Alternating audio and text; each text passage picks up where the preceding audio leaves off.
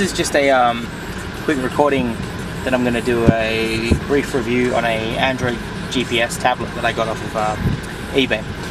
So this is the tablet here. It's just been installed into the dash. Just let me focus on that.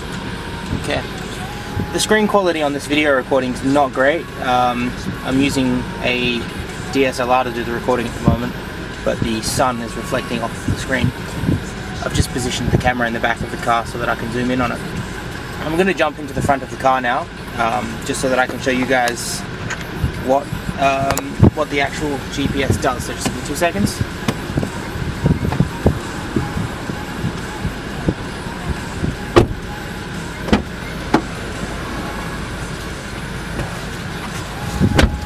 Okay, so I've just jumped into the front of the car, and as you can see, we've got the GPS running, song still playing. Let's turn it up a little bit.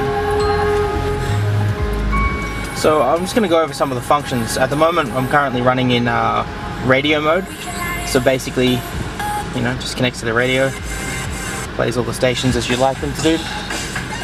The GPS unit itself isn't without problems and flaws, but they're things that you can get around. One of the biggest problems I had was mapping the CAN bus so that I could get my steering wheel controls to work. So, see, hands free, I'm able to adjust the volume using my steering wheel. I'll show you what I had to do to get that working. So if you come into settings, where's settings gone? There we go. And you scroll all the way down to the bottom and go to general. You'll see there's the steering wheel option here. I was having a bit of problem mapping these buttons, and I actually erased all of the mappings, and all of these buttons here along the side no longer worked. The only way to get back into here and actually fix that is to go to the extra settings menu, and that was locked with a password. So I found another video online where someone actually knew the password. It's 123456, and once entering that, you get to come in here and there's another option to update the panel keys. So that allows you to remap these buttons to whatever you'd like them to be. Other than that, the head unit itself is pretty cool. It's got a few little issues with it, like I said, but they're things that you can work around. So one of the things that I noticed in my usage of this was occasionally when I set a live wallpaper, and I turned the car off, the live wallpaper would stop. I'm just going to refocus that.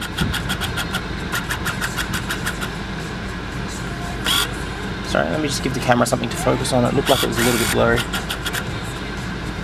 Yeah, so one of the things that happened was I turned the car off and the wallpaper would reset back to default. I got around that by setting the wallpaper and leaving the car on for a little bit longer. I think it must have just had to take some time to persist that information back into the settings. Now some of the like I said, some of the issues, let's go over some of those. So one thing I often like to do is use my phone to use Spotify and play music through the stereo. So if I just load up Spotify on my phone, I'm just doing that real quick. Just load up Spotify. I'll play a song through Spotify. So this is playing through my phone here. So I'll just put this up in front of the camera. I should be able to change track. Change track. All of these controls also work from the unit itself. So as you touch the screen, it will change to the next track. But something I noticed was that the actual sound coming through the Bluetooth module isn't going through the Android operating system. So in my case here, on my phone, I've got this really nice wallpaper, which lets you have a bit of an equalizer. I don't know if you can see that graphic equalizer in the background.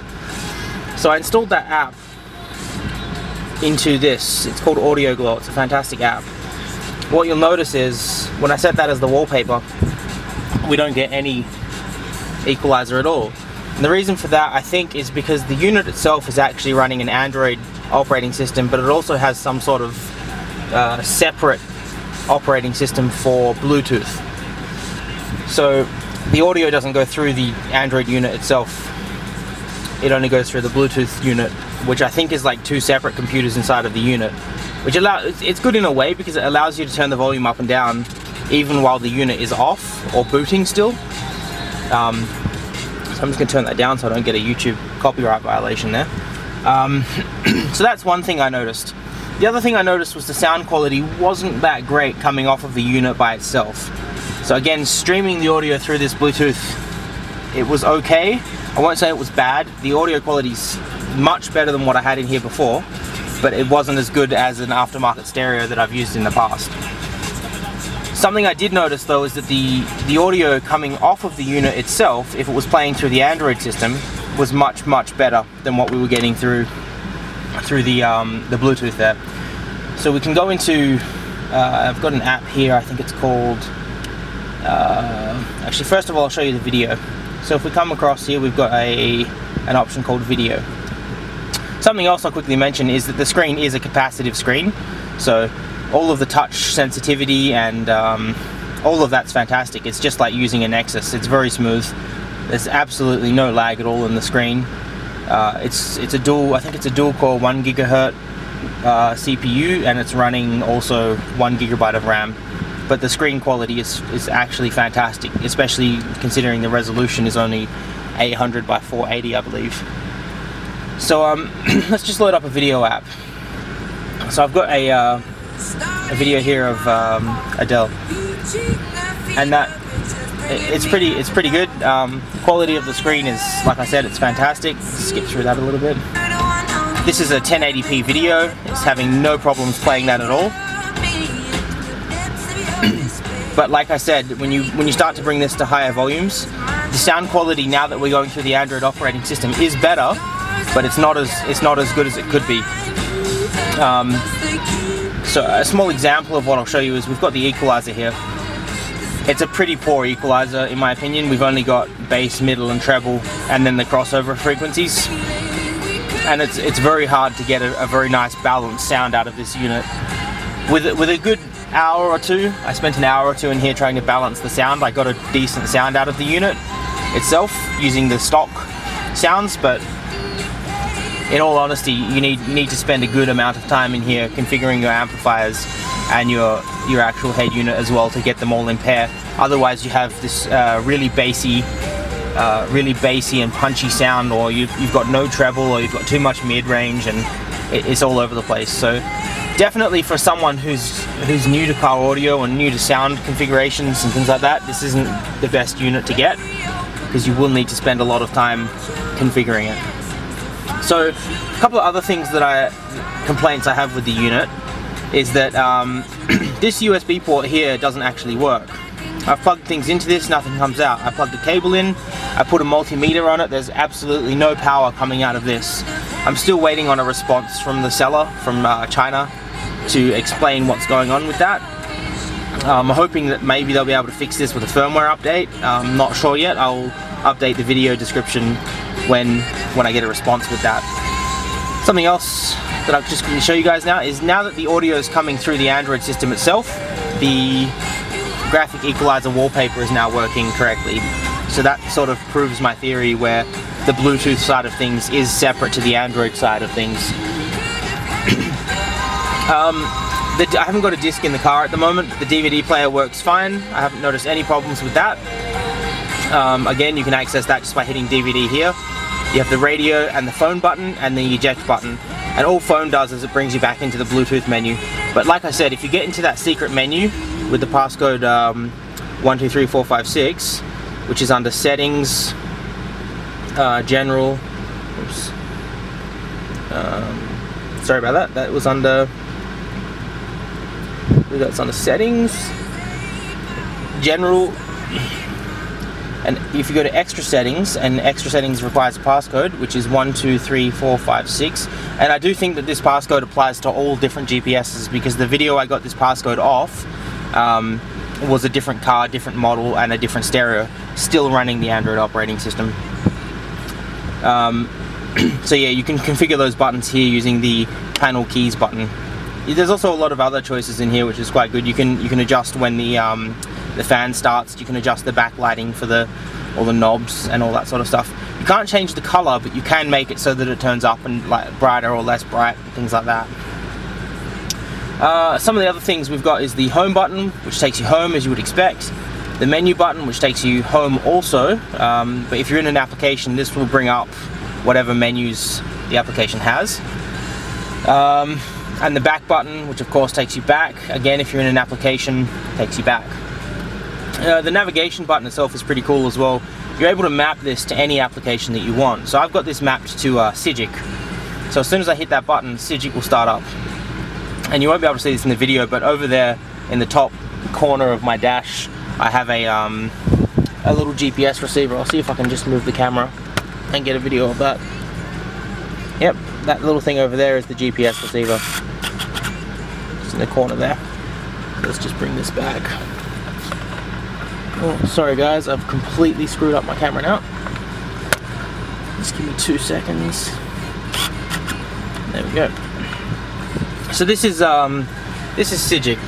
It's very responsive. It's much more responsive than the GPS you'd find on a TomTom or a Navman or anything like that. You've got the nice, oops. You've got the nice, oh shit, it's trying to navigate me somewhere now. You have the nice, how do I get out of that? Back. I don't know how you actually exit this mode. Navigate, let's try that. There we go. There we go, so he's going to try and tell us how to get to some places. Like I was saying, it's a very good GPS. It takes a little bit of time to get used to. You got the pinch to zoom. You can, it's very smooth. If we zoom right out here and go to, sorry about that. It's quite hard to use this in the position that I'm using it in. I'm trying to avoid being in front of the camera. So let's just zoom onto my city here. If I can just get there, and what you'll start to see when I zoom.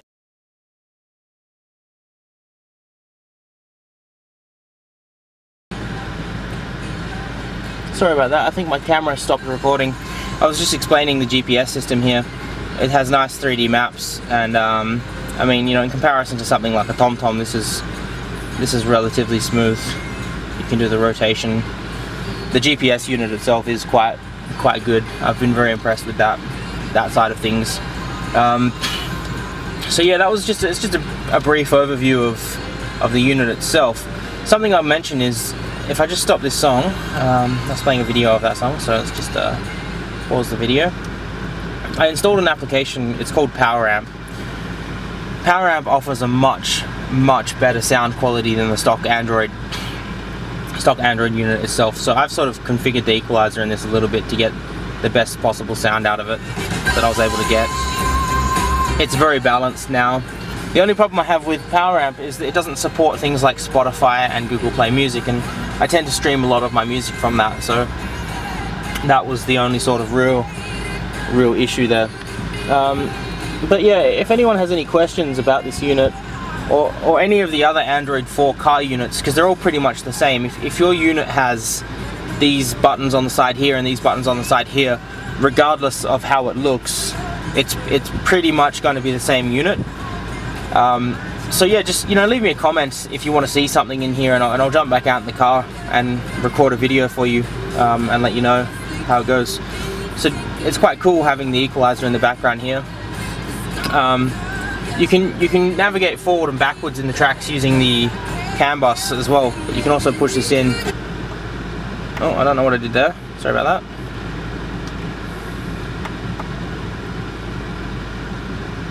Oh, okay, so I think it just crashed. I think that was PowerAmp. I haven't got internet on this unit yet, so I'm actually using a not so legal version of PowerAmp, but I have bought it on my phone here, and I'm just waiting to get the internet in the car before I download my legitimate version. So that's something you'll notice there, is if an application crashes, it will take the whole stereo out with it, and sometimes it won't come back. You'll have to park the car and hit this little reset button here to bring it back. That's the second time that's happened to me. But again, I'm putting that down to the fact that I'm not using the best version of PowerAmp you could possibly be using. It does come bundled with a bunch of software. One of those pieces of software is this GPS test. So you can see we have quite a good connection to GPS here. We've got 12 satellites in view, and the accuracy we're talking about here is 5.2 feet. So what's that? That's, you know, so big, you know, you probably can't see that. but you know, it's quite a large area that we're accurate to there. So the entire system itself is quite good. Something else I'll just note is this SD card slot here, where my finger is. There's actually a piece of foam back in there. I'm not too sure what that does. I wasn't able to insert anything into that, so I've also asked my eBay seller if they could explain what this slot is used for, if anything at all. But I think this is just, you know, to match the layout and make it look quite good. So yeah, see, something you'll notice here, my background, I changed it. It's now gone back to the default background because it lost power. I'm not sure if that's a wiring issue. Maybe it's missing a 12-volt constant. I will have a look in the back of that later and have a look and to see what I can find out. But all in all, the unit itself is pretty good. I'm pretty happy with it. It has iPod control. You know, it's got the Bluetooth, but it's not really part of the Android operating system, so you won't be able to use it to connect things, to connect other devices. The sort of workaround to that is I'm putting a USB cable in the glove box, because one comes out of the back of this unit, and I'm going to attach a hub to that and plug in a Android compatible USB Bluetooth module and an Android compatible USB wireless module, so that the unit can connect to the Wi-Fi when we're at home, and also connect to the OBD scanner, ODB, onboard diagnostics, OBD, yeah, the OBD scanner that I have plugged into the OBD port down under my steering column here. Then I'll be able to run an application like Talk and actually see what's going on with the unit, with the car itself. As for the retention of all of the stock things in the car, so I've got a little screen. You probably won't be able to see this in the video as well, behind the steering wheel, but just back in here there's actually a little screen. That's still working fine. Everything in the car is working as normal. All of the standard car systems are working correctly. I was sort of thinking that maybe by replacing the stock factory stereo, that little screen on the dash would stop working, but it didn't. It still works. The only thing it doesn't do anymore is display what song's playing. The stock head unit used to display what song is playing. That's not a problem because we have a screen here now. The only other thing I can probably say that doesn't work, this little stick or stalk here used to be for the voice control in this vehicle. It also had hang up and dial buttons, so if someone was ringing you, you'd be able to push the button on the stalk here and it would answer. Those buttons no longer function or do anything at all. And the other thing with those buttons is I was actually unable to map those. I don't think they send their signals through the CAN bus. And for those who don't know, the CAN bus is the car's internal network for signal control. Basically, you know, when you flick a button or turn a switch, it sends a signal out, and there's a decoder in the back of the unit here that is supposed to be able to take those signals and allow you to map them to functions in the Android operating system. So my conclusion in this review is pretty much that yes, this is a fantastic unit to have in the car. The navigation side of things is amazing. I've been using my Android phone here as my navigation for quite a long time now. So I'm quite used to using applications like Sigic and iGo. So the navigation side of things is pretty good. The Bluetooth side of things is okay. It's nice to have. It's definitely there, and the sound quality is okay. I'm not going to say it's amazing because at high volumes, really high volumes, it does tend to distort. But for a standard stereo setup, I don't think that'll be an issue. I do have quite a large system in this car, so it does bring out the worst of the signal if the signal's not great. And especially because that Bluetooth isn't integrated into the Android operating system, it does cause a little bit of grief when you're trying to connect, you know, Bluetooth things to the Android tablet. It's not there. So as you can see here, we don't have Bluetooth. We do have Wi-Fi, but there is no Wi-Fi card installed at the moment. So if I try and turn that on, it just won't turn on, and we're unable to get Wi-Fi. That is, of course, until I get the Wi-Fi USB port into the glove box. The display itself is really nice.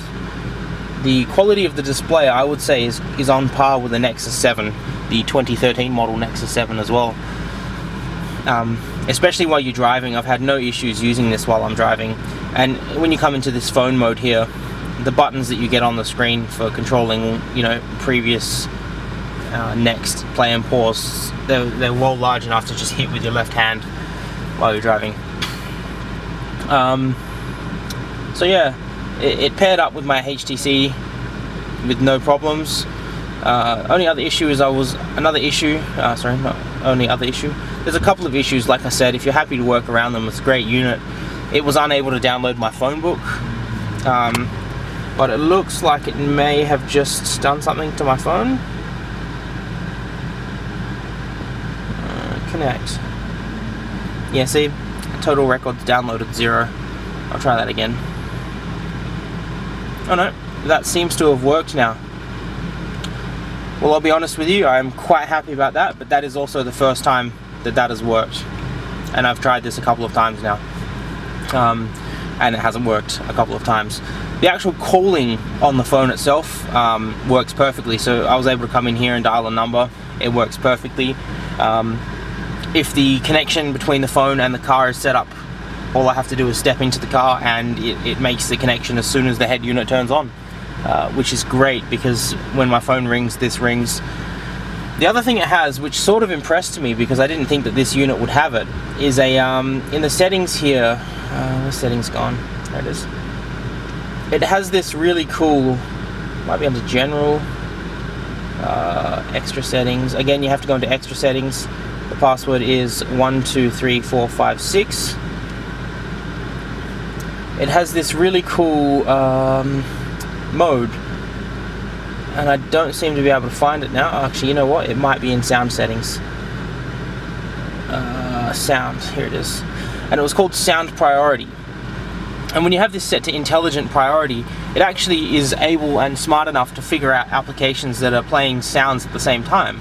So I've been listening to music on the Bluetooth side of things and having Cigic open at the same time to do my GPS, and when the man on Cigic begins to speak, the volume for the audio turns down.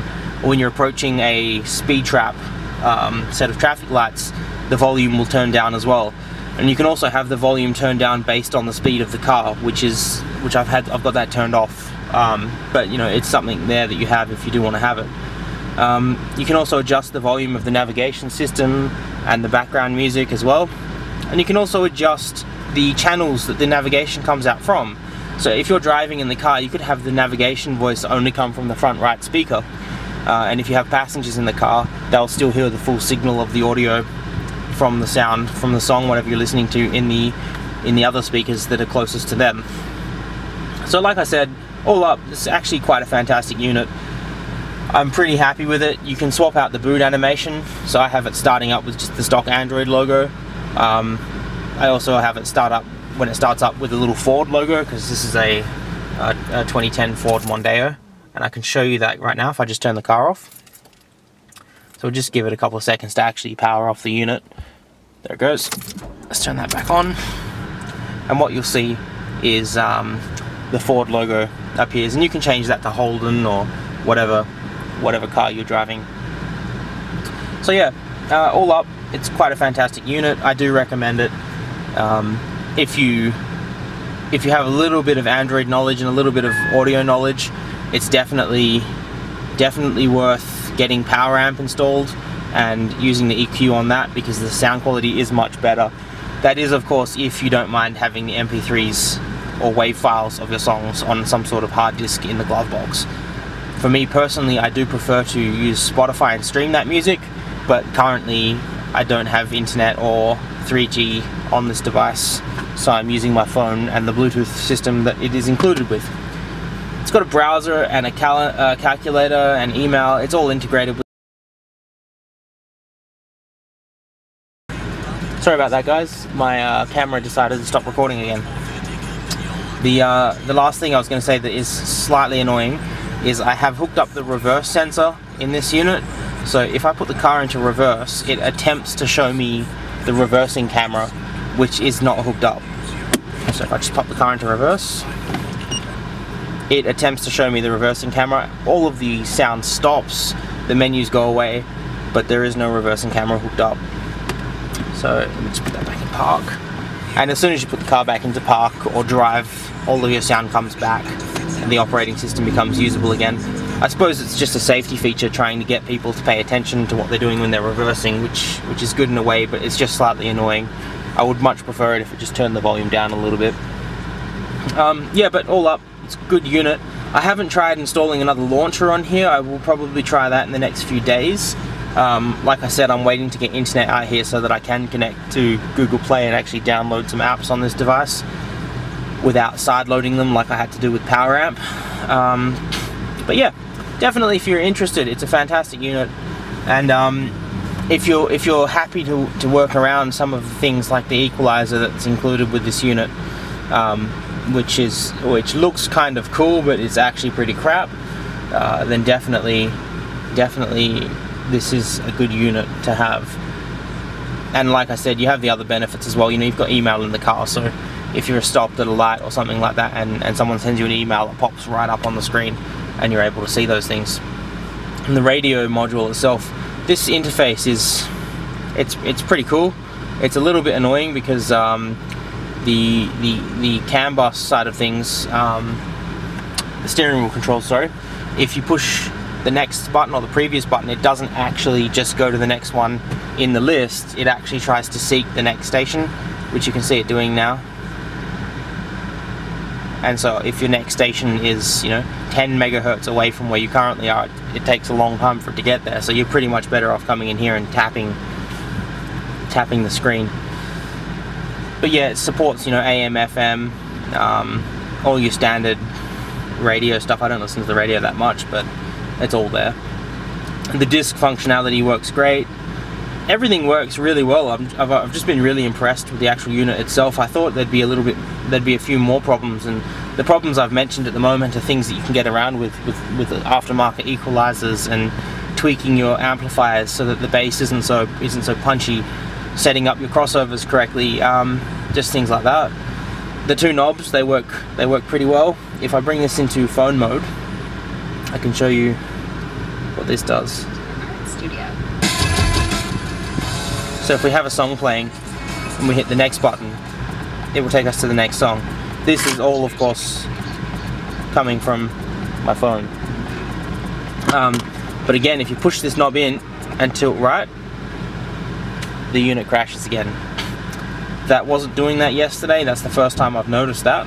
What it was doing yesterday was it was sending a next and previous signal back through the Bluetooth module and actually changing the song that was playing. So yeah, let's see if this comes back. I might need to turn the car off and back on to bring this back.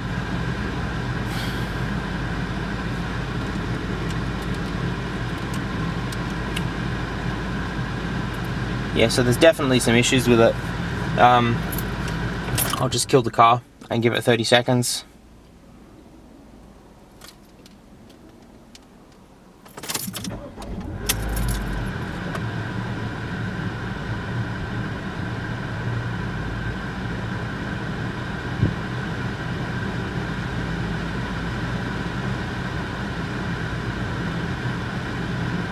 Yeah, see, that looks like it's completely killed it now. Doesn't look like it's going to come back. Oh no, there it goes. So yeah, that hasn't happened to me while I've been driving, thankfully. But of course, like I said, you know, I'm not playing around with the buttons while I'm driving. I'm just listening to the music and going next track, or, you know, sometimes I have my phone mounted up here on a little holder going next track. And as you'll see, the wallpaper has changed back to what it was. But overall, the unit itself is pretty good. It's got not without issues, but if you can work around them, it's definitely great. And I think I've said that about 8 times now, so I'm going to stop this video.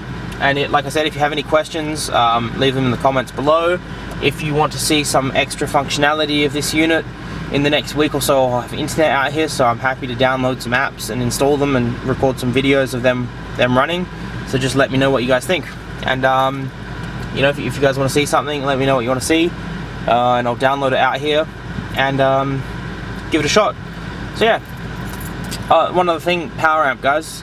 Get PowerAmp. If you do have one of these units, install PowerAmp, load your MP3s on here, because you get a 10-band equalizer and it is fantastic. You can adjust all the frequencies of the sound. They have a bunch of presets. in here. You know, you want to listen to, I like to listen to classical. I like my bass and my top highs to be rolled down, and I'd say probably around 1K and 2K I boost them just a little bit.